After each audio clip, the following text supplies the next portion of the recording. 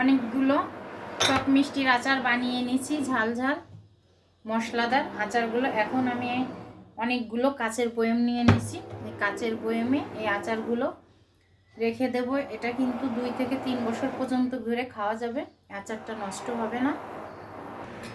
এখানে অনেকগুলো কাচের বয়ম নিয়ে নিয়েছি, আর এই বয়মের ভিতরে এখন এই আচারগুলো অল্প অল্প করে উঠিয়ে নেব।